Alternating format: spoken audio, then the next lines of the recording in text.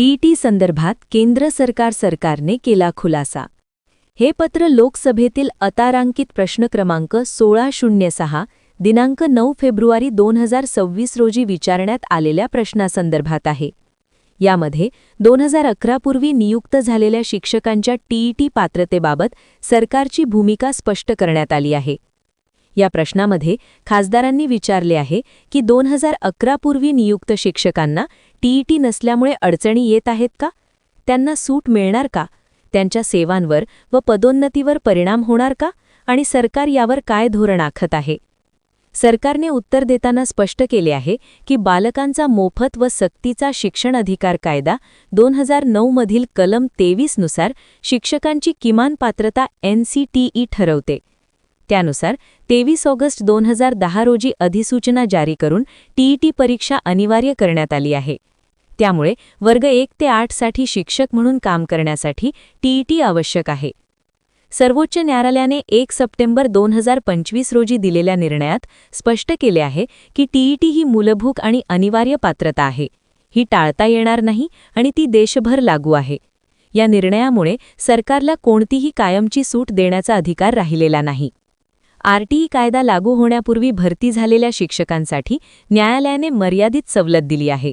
ज्या शिक्षकांची सेवा 5 वर्षांपेक्षा जास्त आहे त्यांना 2 वर्षांच्या आत टीईटी पास करण्याची संधी दिली आहे।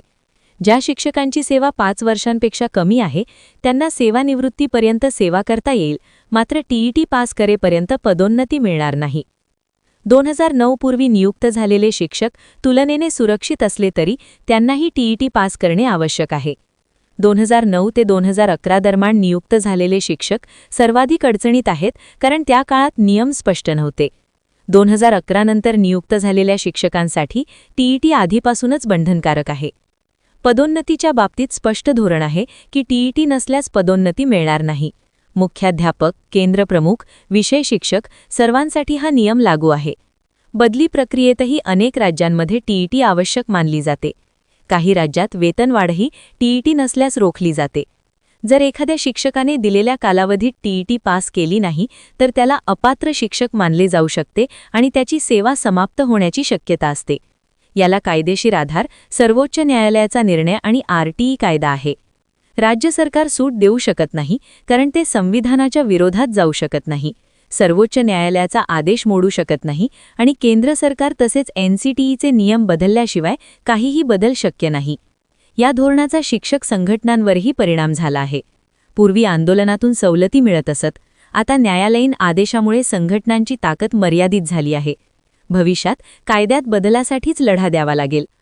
ग्रामीण आणि अल्पसंख्याक शाळांमध्ये कार्यरत शिक्षकांना विशेष अडचणी येतात।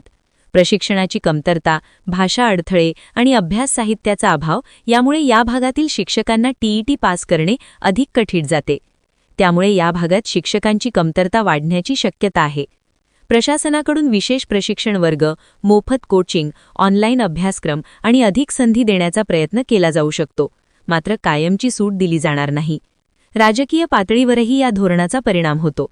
शिक्षक वर्ग नाराज होतो, आंदोलने होण्याची शक्यता असते, मात्र न्यायालयीन आदेशामुळे सरकार फारसा बदल करू शकत नाही। पुढील काही वर्षात कडक अंमलबजावणी होण्याची शक्यता आहे। काही शिक्षकांची सेवा समाप्ती होऊ शकते। त्यानंतर नवीन भरती वाढेल आणि नवीन प्रणाली पूर्णपणे लागू होईल। ज्या शिक्षकांकडे टीईटी नाही त्यांनी तात्काळ तयारी सुरू करणे आवश्यक आहे। नियमित अभ्यास, मॉक टेस्ट्स, जुन्या प्रश्नपत्रिका आणि योग्य मार्गदर्शन घेतल्यास यश मिळू शकते। या पत्राचा मुख्य संदेश असा आहे की आता टीईटी बाबत कोणतीही तडजोड केली जाणार नाही। गुणवत्ता सर्वोच्च मानली जाणार आहे। सर्वोच्च न्यायालयाचा निर्णय अंतिम आहे। टीईटी शिवाय सुरक्षित नोकरी आणि करिअर शक्य नाही। टीईटी बाबत व इतर शैक्षणिक घडामोडी संदर्भात अद्ययावत माहिती मिळण्यासाठी चॅनलला सबस्क्राइब अवश्य करा।